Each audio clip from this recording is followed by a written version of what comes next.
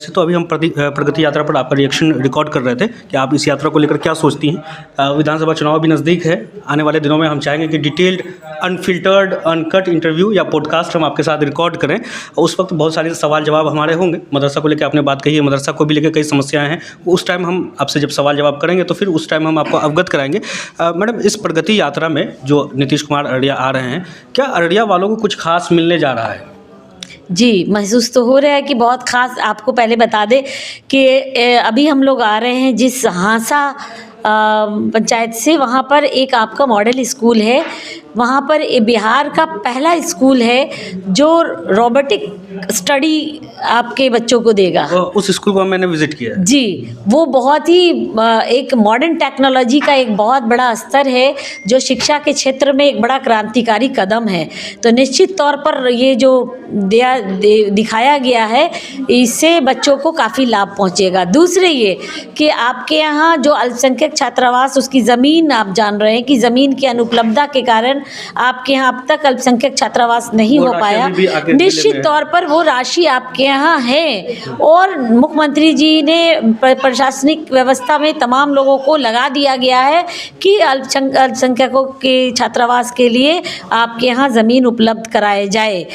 और तीसरी हमें लगती है कि एक बड़ी घोषणा होगी मेडिकल कॉलेज से संबंधित। निश्चित तौर पर हमें आशा है, हम पूर्ण विश्वास के साथ तो नहीं कह सकते, हमें भी आशा है और अररिया वासियों को भी आशा है कि ये मेडिकल कॉलेज की स्थापना की जो बात है उसके लिए एक बड़ी घोषणा अगर होती है तो हम सबों को बहुत हर्ष होगा। मैडम, एक अटकलें आ रही हैं सामने कि परमान के किनारे अररिया नगर परिषद का जो क्षेत्र है, मरीन ड्राइव के तौर पर इसको विकसित करने की बातें चल रही, क्या कुछ इसमें है क्या?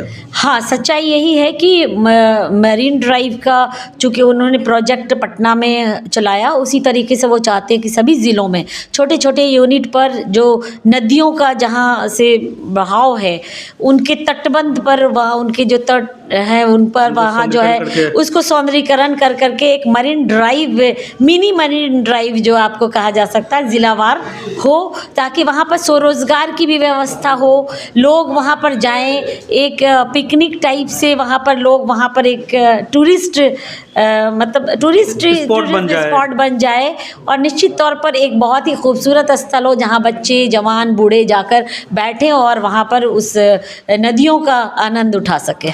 जैसा कि हमने अभी अपने दर्शकों को कहा है कि हम आने वाले दिनों में आपसे एक लॉन्ग फॉर्मेट का डिस्कशन, घंटे, 1.5 घंटे का, 2 घंटे का डिस्कशन करेंगे। बहुत सारे सवाल हैं हमारे पास आपके लिए। आपने बहुत कुछ कहा भी है और बहुत सारे सवाल हैं।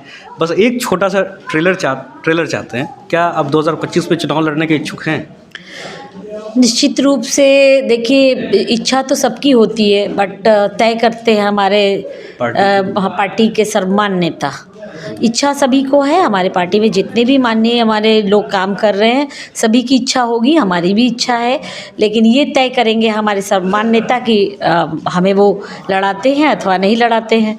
तो निश्चित तौर पर एक सेकंड के लिए ये मान लिया जाए मैडम कि चलिए आज घोषणा हो जाती कि शगुफ्ता अजीम को अररिया सदर विधानसभा से टिकट मिल जाए, तो मैडम का रिएक्शन कैसा होगा?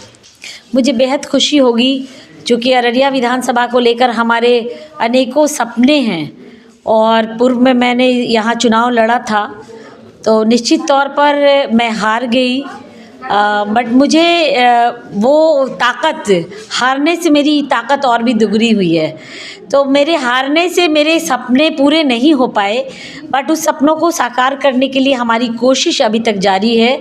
निश्चित तौर पर जब मुझे मकाम मिलेगा, लोगों का प्यार, आशीर्वाद, अररिया विधानसभा के लोगों का मुझे दुआएं मिलेंगी, तो निश्चित तौर पर अररिया के लिए जो मेरे सपने हैं उन सपनों को हम खुलकर यहाँ पंख लगा पाएंगे और अररिया वासियों को खुशहाली के रास्ते पर हम देखना चाहते हैं। नाज़रीन आदाब, मैं उमाद और आप देख रहे हैं मेगा मीडिया बिहार। अभी हमारे साथ जेडीयू की नेत्री हैं शगुफ्ता अजीम, मुखर वक्ता हैं और बहुत बेजोर बोलती हैं, बेबाकी से अपनी बातों को रखती हैं और आज हम इनके साथ बैठे हैं। इनसे ख़ास मुलाकात इस वजह से हो रही है चूँकि आने वाले दिनों में 22 जनवरी को मुख्यमंत्री नीतीश कुमार की प्रगति यात्रा अररिया में है। तो अररिया में आने पर इन लोगों की क्या तैयारी है? पहले प्रत्याशी भी रही हैं विधानसभा, अररिया सदर विधानसभा की, और जेडीयू की नेता भी और अररिया जिला परिषद की पूर्व में चेयरमैन भी रही हैं। मैडम, नीतीश कुमार मुख्यमंत्री का, माननीय मुख्यमंत्री का अररिया दौरा है, किस तरह की तैयारी है जेडीयू की? सबसे पहले तो मैं आपका शुक्रिया अदा करती हूँ कि आपने इसमें रुचि ली और हमसे आपने मुलाकात कर ये बहुत अच्छा प्रश्न आपने किया कि इसकी तैयारी आपको अवगत होगा कि इसके लिए प्रशासनिक तैयारियां हो रही हैं और प्रशासनिक तैयारियां जो हो रही हैं हम लोग बहुत संतुष्ट हैं, बहुत तरीके से हो रही है।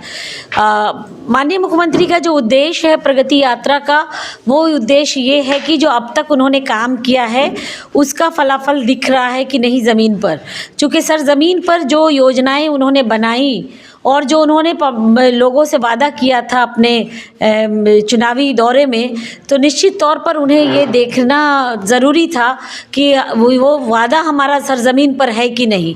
जितनी योजनाएं उन्होंने बनाई हैं शिक्षा के क्षेत्र में, स्वास्थ्य के क्षेत्र में, यातायात के क्षेत्र में, पुल पुलियों के क्षेत्र में, मदरसों के क्षेत्र में, शिक्षक बहाली के क्षेत्र में, तमाम जितनी भी बहुत सारी चीज़ें ऐसी हैं जो महिलाएं सशक्तिकरण की क्षेत्र में, आप देखें नशा के ख़िलाफ़ उन्होंने जो अभियान छेड़ा, उसके बाद बहुत सारी चीज़ें पुल पुलियों के अलावा उन्होंने पोखर निर्माण, मत्स्य पालन, मतलब रोज़गार स्वरोज़गार की दिशा में जो उन्होंने काम किया, उन तमाम चीज़ों को बिहार में कैसे उन्होंने जन जन तक पहुंचाने का काम किया है, इसको ये प्रगति यात्रा के माध्यम से वो देखेंगे। और वो ये भी देखना चाहेंगे कि किस तरीके से काम हुआ है और मुकम्मल हुआ कि नहीं, और कुछ बाकी है तो फिर उसको भी वो अंजाम देने की कोशिश करेंगे। तो प्रगति यात्रा का ये उद्देश्य है कि उन्होंने जो विकास किया है उस विकास को सरज़मीन पर वो देखना चाहते हैं और इस सरज़मीन पर देखने के बाद वो फिर नेक्स्ट योजनाएं बनाएंगे। खास करके आप देखते हैं कि महिलाओं के सशक्तिकरण के लिए उन्होंने जीविका योजना चलाया जो पूरे देश में लॉन्च हुआ और उसमें एक स्वरोजगार के लिए महिलाओं को एक बड़ा सहारा बना। और इसमें महिलाएं शैक्षणिक रूप से, रोज़गार की दृष्टिकोण से, आर्थिक रूप से, राजनीतिक रूप से, तमाम रूप से मजबूत हुई और महिलाओं को एक बड़ा मील का पत्थर, ये जो जीविका योजना है एक मील का पत्थर साबित हुआ है उनकी आर्थिक उत्थान में और सामाजिक उत्थान में। तो निश्चित तौर पर ये बड़ी खुशी की बात है कि एक ऐसी सरकार हमारी बनी है बिहार में, माननीय मुख्यमंत्री नीतीश कुमार जिसके नेता हैं और नेता सोचते हैं उन वर्गों के लिए जो अपेक्षित रहा है हमेशा से, जिसको अंतिम पंक्तियों के लोगों में खड़ा देखा गया और उनके लिए उन्होंने सोचकर जो काम किया है। जैसे आप देखें कि पूर्व में जो हमारी जो 19 साल पहले जो सरकारें थी, वो सरकारें वादा कर कर के वोट लेती थी, काम नहीं करती थी, ना ही कभी सरजमीन पर वो जाती थी। सरकार कभी उठ करके सरजमीन पर नहीं जाती थी, गांव सुदूर क्षेत्रों में नहीं जाती थी कि वहाँ की स्थिति क्या है। लेकिन आज माननीय मुख्यमंत्री नीतीश कुमार एक ऐसे नेता हैं जो वादा भी करते हैं, वादा पूरा भी करते हैं और काम करके सरजमीन पर उसकी हकीकत भी जानते हैं। तो ये एक बड़ी बात है। उन्होंने कहा हम समाज में न्याय के साथ विकास करेंगे और समाज में उन्होंने न्याय के साथ विकास किया और सभी वर्ग और सभी तबकों को, जिसको पूर्व की सरकार में सच्चर कमेटी ये कहती थी कि इनकी हालात दलितों से बदतर है, और आज उन्होंने उनके आर्थिक उत्थानों के लिए यानी अक़लियतों के आर्थिक उत्थानों के लिए बहुत सारी योजनाओं को लॉन्च किया और उन्होंने सरजमीन पर उतारा। मदरसों की कभी सोचा गया था कि इतनी बड़ी संख्या में मदरसों का इतना बड़ा सौंदर्यीकरण होगा और उसमें हमारे स्कूल के बराबर हमारे सभी साधन वहाँ उपलब्ध कराए जाएंगे।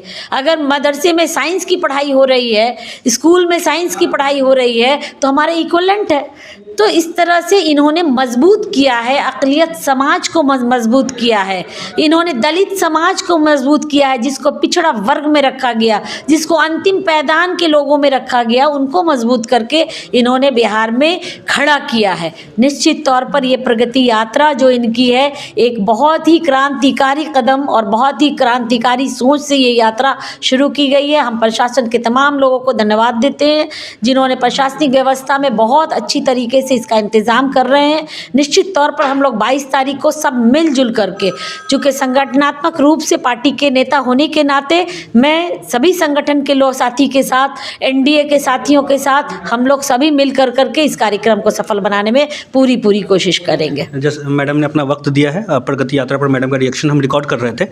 मैडम को हम फिर आगाह कर देते हैं। सवाल हमने बहुत सारे रखे हैं आपके लिए तैयार करके। उस टाइम चूँकि बुरा इस वजह से भी नहीं मानिएगा कि अररिया में जब आप चेयरमैन होती हैं तो हमारी भी नेता होती हैं, हम भी अररिया ही ज़िला के वासी हैं, तो वो भी डिस्कशन मज़ेदार होने वाला है। आने वाले दिनों में तीखे मीठे सवाल होंगे। और फिलहाल के लिए इस वीडियो में हमाद हैदर को दीजिए इजाज़त। मिलते हैं इस वीडियो में। शुक्रिया।